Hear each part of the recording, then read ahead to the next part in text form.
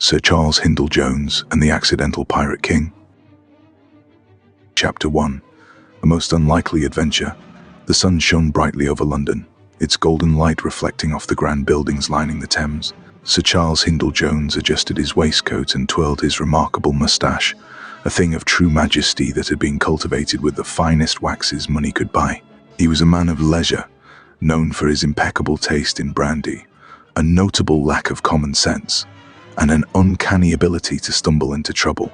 "Bobo, old boy," he said, glancing down at his ever-faithful monkey companion, "I have an itching in my bones, and it is not the gout this time. Adventure calls." Bobo, a small capuchin monkey with piercingly intelligent eyes, gave an excited chitter and bounced onto Sir Charles's shoulder. The cause of this excitement was currently clutched in Sir Charles's hand, a tattered old parchment he had acquired at a most disreputable auction house the previous evening. He had originally purchased it on a whim, believing it to be a fine addition to his growing collection of antique oddities. However, upon closer inspection and a great deal of brandy, it appeared to be a treasure map. Sir Charles leaned forward, squinting at the markings. "Isla de Perdition, eh? Sounds suitably exotic, and I do believe that is a rather large X right in the middle." Bobo let out an excited screech, pointing fervently at the map and then at the door, clearly eager to be off. "Quite right, my lad," Sir Charles grinned. "To the Caribbean it is. Pack the brandy, my finest waistcoat, and perhaps a cutlass for good measure." Thus, with no concern for planning or practicalities, Sir Charles Hindle-Jones set sail toward fortune and peril, blissfully unaware of the sheer calamity that awaited him. The journey had begun splendidly. Sir Charles had secured passage aboard the Lady Fortune, a vessel crewed by what he had been assured were the finest seafarers available for hire at short notice. The captain, a grim-looking fellow named Briggs, seemed to have taken an immediate dislike to Sir Charles, but he had paid handsomely for passage, and money often softened sour expressions. "I say, Captain," Sir Charles mused as he lounged on deck, sipping a brandy. "A fine breeze today. We shall reach the island in no time." Briggs merely grunted, his beady eyes scanning the horizon. Unfortunately, Sir Charles, in his usual absent-minded way, had made the mistake of casually mentioning the treasure map while enjoying an after-dinner cigar with some of the crew. By morning, he awoke to find himself tightly bound and unceremoniously dumped into the ship's hold. Bobo, ever the resourceful one, had avoided capture and now perched atop a stack of crates, glaring down at him with obvious disapproval. "Well, this is a fine mess," Sir Charles muttered, wriggling against the ropes. "One does expect some level of loyalty from a crew, even when one hasn't exactly earned it." Above deck, the mutinous crew debated their next move. "Throw him overboard," suggested a burly sailor with a scar running down his cheek. "We need him alive," another grumbled. "Map's no good without his knowledge." Bobo, meanwhile, had already begun his mischief. With nimble fingers, he scurried across the beams, pilfering a set of keys from an unsuspecting pirate's belt. In moments, Sir Charles was free. Then chaos. With a well-aimed screech and a strategically dropped crate of rum bottles, Bobo sent the crew into a disoriented brawl. Sir Charles, ever one to seize an opportunity, snatched a cutlass from the floor and emerged onto the deck, where he promptly tripped over his own feet and accidentally disarmed the first mate. "I say, most unorthodox," he declared, standing triumphantly. The crew, momentarily stunned by this absurd turn of events, hesitated just long enough for Bobo to scamper up the rigging, cut a sail rope, and send another unfortunate sailor tumbling into the sea. By sheer luck and Bobo's ingenuity, Sir Charles Hindle-Jones found himself once again in command. Chapter 3. The Pirate King of Nassau. Upon reaching Nassau, Sir Charles had every intention of celebrating his accidental triumph with a decent bottle of brandy and perhaps a new waistcoat. However, fate had other plans. The moment he strode into the Salted Parrot Tavern, resplendent in a navy blue coat he had liberated from the ship's previous captain, he was met with a hushed silence. Then the whispers started. "That's him," one man murmured. "The Pirate King," another added in awe. Sir Charles, entirely unaware of his newfound reputation, nodded in greeting. "A fine establishment you have here." "Brandy, if you please." A tankard was placed before him instantly, free of charge. Bobo eyed it suspiciously before approving with a satisfied chitter. What Sir Charles did not yet know was that word of his heroic mutiny had spread throughout Nassau, and to the locals, he had become a fearsome pirate lord. The crew, needing an explanation for how they had lost control of their own ship, had concocted a tale of cunning, battle-hardened ruthlessness, a version of events which did not quite align with Sir Charles's reality. By the time he had finished his brandy, he had unknowingly inherited a pirate fleet, a title, and several dangerous enemies. Bobo sighed, as if resigned to this latest inevitable disaster. Chapter 4: A Most Dastardly Pursuit. Sir Charles's newfound title as the Pirate King of Nassau did not come without consequences. Within hours, his presence had been noted by more than just awestruck sailors.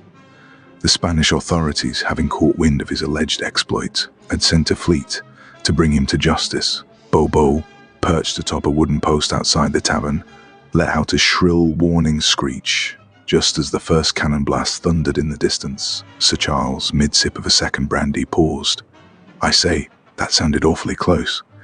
The door to the tavern burst open as one of his crew came stumbling in, face pale. "Captain, Spanish ships, 3 of them. They be blocking the harbour." Sir Charles placed his tankard down with a measured sigh. "Really, this is all rather uncalled for." Bobo leapt onto his shoulder, chattering urgently. "Quite right," Sir Charles agreed, standing up. "Time to make ourselves scarce." As the crew scrambled toward the docks, musket fire rang through the air. Sir Charles, ever the picture of nonchalance, casually ducked behind a stack of barrels as bullets whizzed past. Upon reaching their ship, the Fortunate Wind, Sir Charles turned to his crew.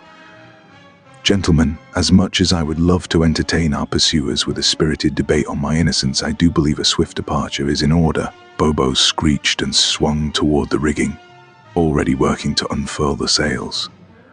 As the ship pulled away from the dock, the Spanish warships gave chase, cannons roaring. Sir Charles clasped his hands behind his back, gazing at the unfolding battle with his usual misplaced confidence. "Well, my dear fellows, if we are to die, let us do so in style." Bobo rolled his eyes and began cutting the ropes to drop barrels of gunpowder into the sea. The chase was on. Chapter 5: A Treacherous Voyage.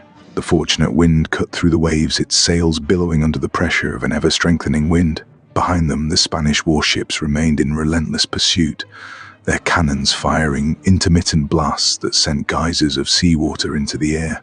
Sir Charles, standing at the helm with his usual misplaced confidence, observed the scene with a practiced eye, an eye that, unfortunately, lacked any real nautical expertise. "I say," he mused, adjusting his cravat, "they seem rather persistent, don't they?" Bobo, who had scampered onto the highest mast, screeched a warning. Another cannonball thundered past, splintering part of the railing.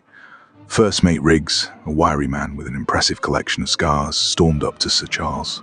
"Captain, unless you got a miracle stashed in that fancy coat of yours, we won't last much longer." Sir Charles sighed. Now, Riggs, let's not be dramatic. What we need is strategy." Bobo, ever the tactician, leapt onto a pile of spare barrels and began chattering excitedly, pointing to the gunpowder stores. His tiny paws mimed a throwing motion before he made an unmistakable boom sound. Riggs's eyes widened. "By Neptune's beard, he's saying we drop gunpowder barrels in the water and fire at 'em."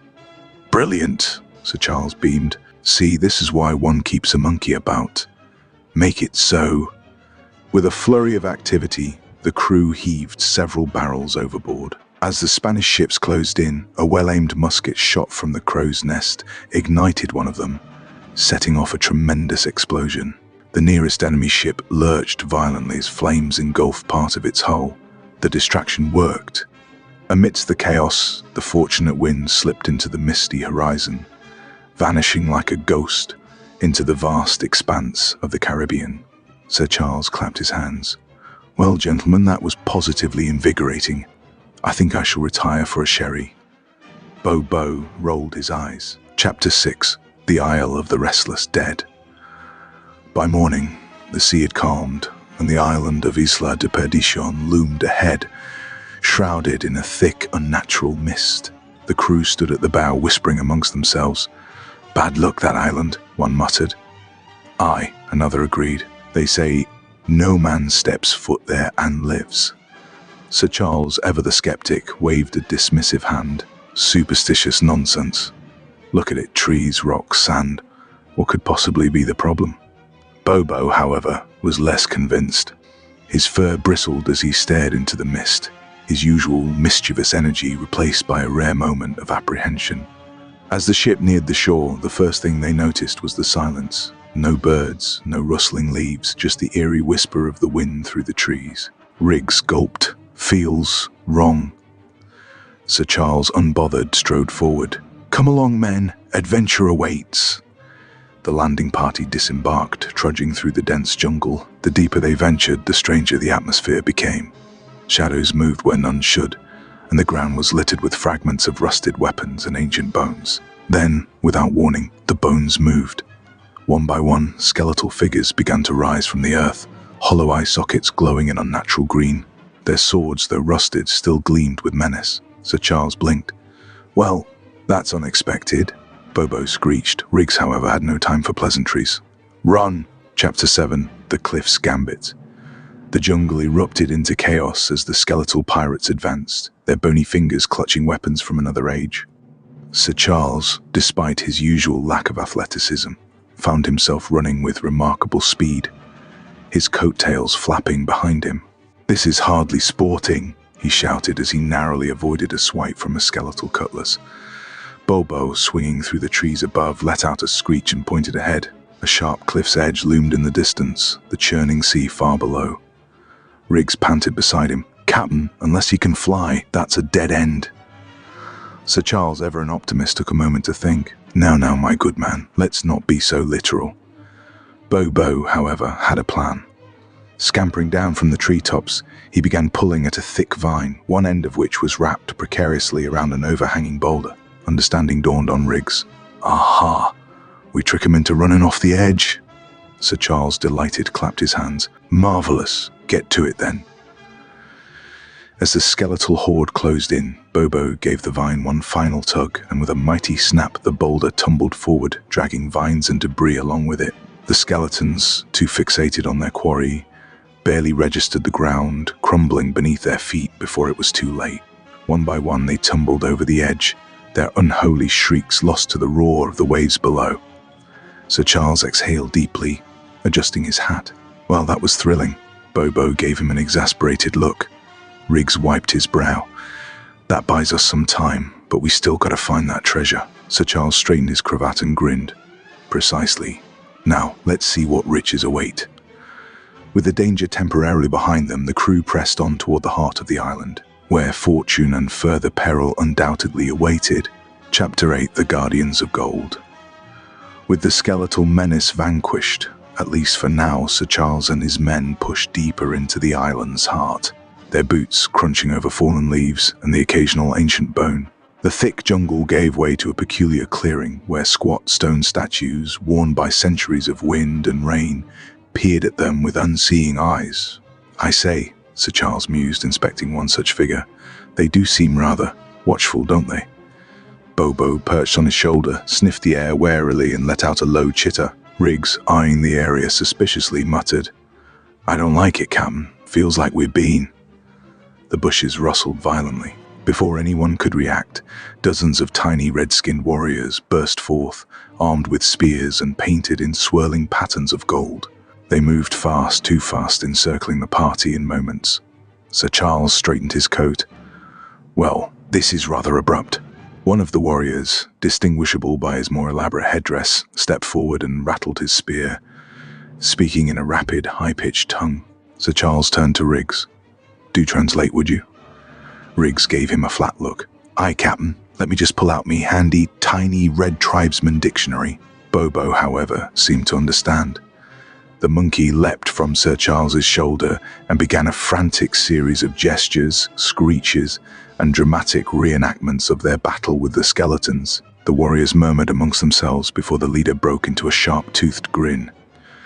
With a quick motion, he ordered the spears lowered. Sir Charles dusted himself off. Ah, splendid. Bobo, old chap, I assume you've convinced them we mean no harm.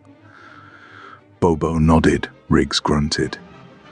Or he told them we're idiots not worth killing, whatever the reason. The warriors motioned for them to follow. With no better options, the crew complied, treading carefully as they were led toward an ancient stone temple, its entrance framed by flickering torches and eerie carvings of monstrous fanged faces. Sir Charles clapped his hands. "Gentlemen, I do believe we're in for quite the adventure." Chapter 9. The Traps of Mu. The temple's interior was damp and musty, the air thick with the scent of ancient decay. The tiny warriors halted at the threshold, gesturing animatedly and shaking their heads. Sir Charles nodded sagely. "Ah, yes, I see. They are warning us that the temple is trapped, filled with unspeakable horrors that have claimed many foolish souls before us." Riggs arched a brow. "You speak their language now, do you?" "Well, no," Sir Charles admitted, "but it's always the same, isn't it?" Ignoring further protests, he strode confidently inside, the crew trailing hesitantly behind. They had not gone 10 paces before the first trap sprang. A click echoed through the chamber. Bobo's eyes widened. The floor beneath them gave a violent lurch as massive stone slabs suddenly shifted. A yawning pit filled with sharpened spikes gaped before them. Sir Charles, caught mid-stride, toppled forward, only for Bobo to snatch his collar at the last second, pulling him back just as the slab slammed shut again. Sir Charles adjusted his hat. "Ah, yes, that was almost inconvenient." The next corridor was no kinder. Arrows shot from hidden recesses, barely missing their heads. Riggs lost a feather from his hat, a near miss that left him cursing inventively. Stone statues, seemingly lifeless, suddenly turned with grinding precision to swipe at them with enormous axes. Bobo, scampering ahead, tugged Sir Charles sharply to the left just as a great stone hammer crashed into the ground where he had stood moments before. "Good Lord, Bobo, do you have a sixth sense for impending doom?" Sir Charles huffed, stepping carefully where the monkey indicated. They finally reached the inner sanctum, a cavernous room with towering pillars and an ornate golden pedestal at its center. Upon it sat the golden idol of Mu, its ruby eyes gleaming in the torchlight. Sir Charles's fingers twitched. "I do believe we have found our prize, gentlemen." Chapter 10. A Most Perilous Escape. Approaching the idol, Sir Charles took a moment to compose himself. "Now, everyone, we must proceed with utmost care. Such treasures are often protected by..." Without waiting for the rest of the sentence, Bobo leapt forward, snatching the idol in one smooth motion. Sir Charles groaned, curses, traps, and unfathomable peril. Yes, of course. The ground trembled. The torches flickered. A deep, grinding noise reverberated through the chamber. And then the temple began to collapse. The warriors outside let out panic cries as cracks split across the stone walls. Chunks of ceiling crashed down, barely missing the fleeing crew. "Run for your miserable lives," Riggs bellowed. Bobo, idol clutched tightly, swung from beam to beam as Sir Charles sprinted after him, his coat flaring dramatically behind him. The hallway ahead split, the floor crumbling away to reveal yet more spikes. Bobo, ever resourceful, flung one end of a thick vine towards Sir Charles. "I say, you expect me to swing across?" The ceiling collapsed further. "Right, swinging it is." With a surprisingly graceful arc, Sir Charles soared over the pit, landing almost on solid ground. His foot slipped, but Bobo caught his sleeve just in time, yanking him forward. The warriors, seeing their new allies making a daring escape, cheered wildly as Sir Charles and his men burst from the collapsing temple. The great stone structure shuddered one final time before crumbling entirely into dust. Sir Charles straightened his lapels. Well, that was invigorating. Bobo held up the golden idol of Mu, its ruby eyes glinting in the dawn's light. Riggs grinned. "Captain, we just made history." Sir Charles grinned back. "Indeed, my good man. Now, let's get this back to the ship before..." A familiar cackling echoed through the trees. From the jungle canopy, Baron von Wetwrist's airship descended, cannons aimed. "Ah," Sir Charles muttered. "Should have known," Bobo screeched in frustration. Von Wetwrist, standing at the bow of his airship, grinned wickedly. "Splendid work, Hindle-Jones. I'll be taking that idol now." Sir Charles sighed, drawing his saber. "I suppose it was too much to hope for an easy escape." Bobo bared his teeth. The battle for the golden idol of Mu had only just begun. Chapter 11. The Skybound Duel. Baron von Wetter's airship loomed above, casting a long, ominous shadow over the jungle ruins. His crew, armed to the teeth, prepared to descend, but Sir Charles Hindle-Jones was already on the move. "I do believe it's time for a bit of swashbuckling," he announced, drawing his saber with a flourish. Bobo let out a shriek of agreement, launching himself onto a dangling rope as cannon fire erupted from the airship's deck. The jungle floor erupted in dirt and splinters as the crew of the Fortunate Wind fought to repel their airborne attackers. Sir Charles, however, had other plans. With a dramatic leap, he grabbed a swinging rope and soared through the air, boots skimming the treetops, and landed precariously on the airship's hull. Von Wetter greeted him with a slow clap. "Ah, Hindle-Jones, always the dramatist?" Sir Charles flourished his hat. "I do my best. Shall we settle this like gentlemen?" Von Wetter drew his own saber. "I was hoping you'd say that." The two clashed, their swords flashing under the Caribbean sun.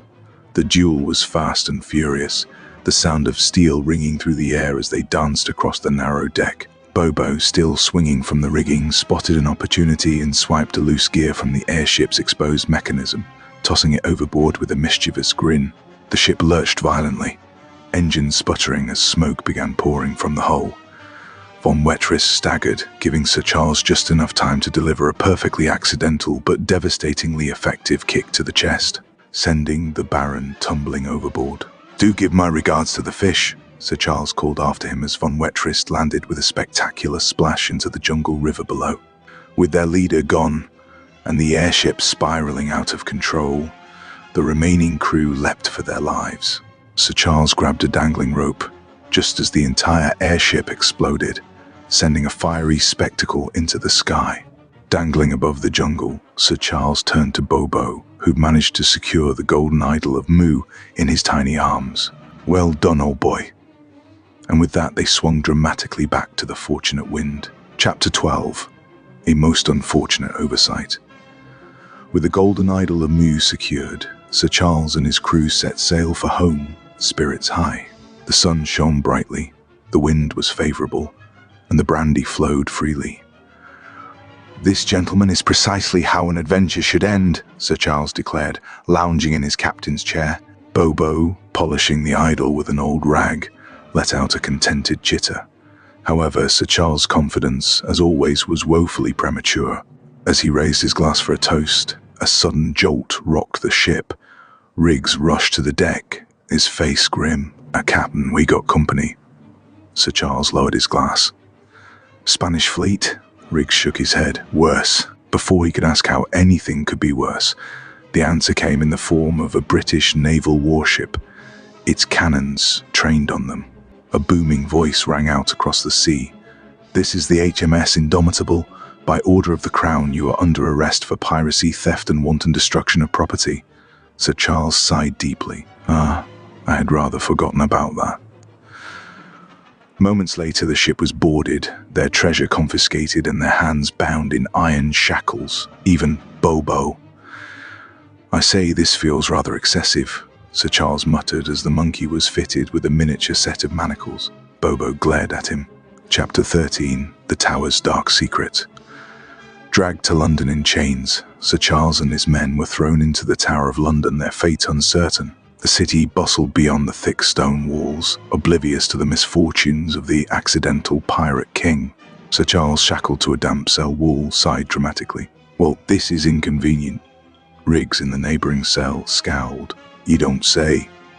Bobo, still in his miniature shackles, sat on a wooden stool, arms crossed in visible irritation. The heavy iron door creaked open, and a gaunt, pale figure stepped inside, his uniform pristine and his expression cold. Sir Charles blinked. "I say, you look rather familiar." The man smirked. "That is because I am, dear Hindle-Jones." He stepped into the dim light, revealing an uncanny resemblance to Baron von Wetterist. "I am Warden Archibald von Softbum, and you, sir, are in my custody." Sir Charles' mouth opened, then closed. "Softbum." The warden's eye twitched. "Yes, my brother, that incompetent fool, chose the path of villainy. I, however, serve the crown." Sir Charles, ever the gentleman, coughed politely.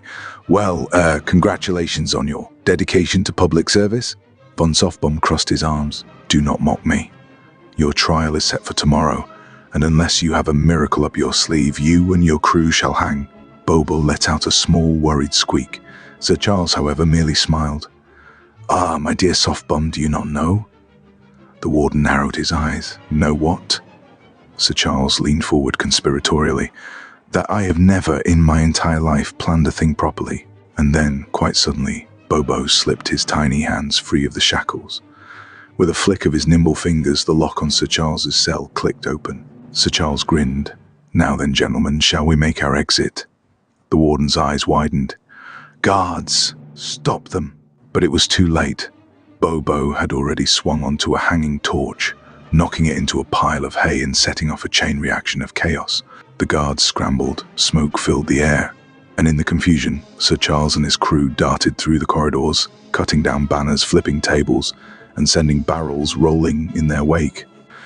With one final leap, Sir Charles swung onto a rope Bobo had thoughtfully dropped from a nearby window, soaring into the night air, their escape silhouetted against the burning chaos of the tower. As they landed in a conveniently placed hay cart, Riggs turned to Sir Charles. "Captain, where are we going?" Sir Charles adjusted his hat. "Why, Riggs, where else? Back to the sea." Bobo let out a triumphant screech as they disappeared into the misty streets of London, the adventure far from over, to be continued.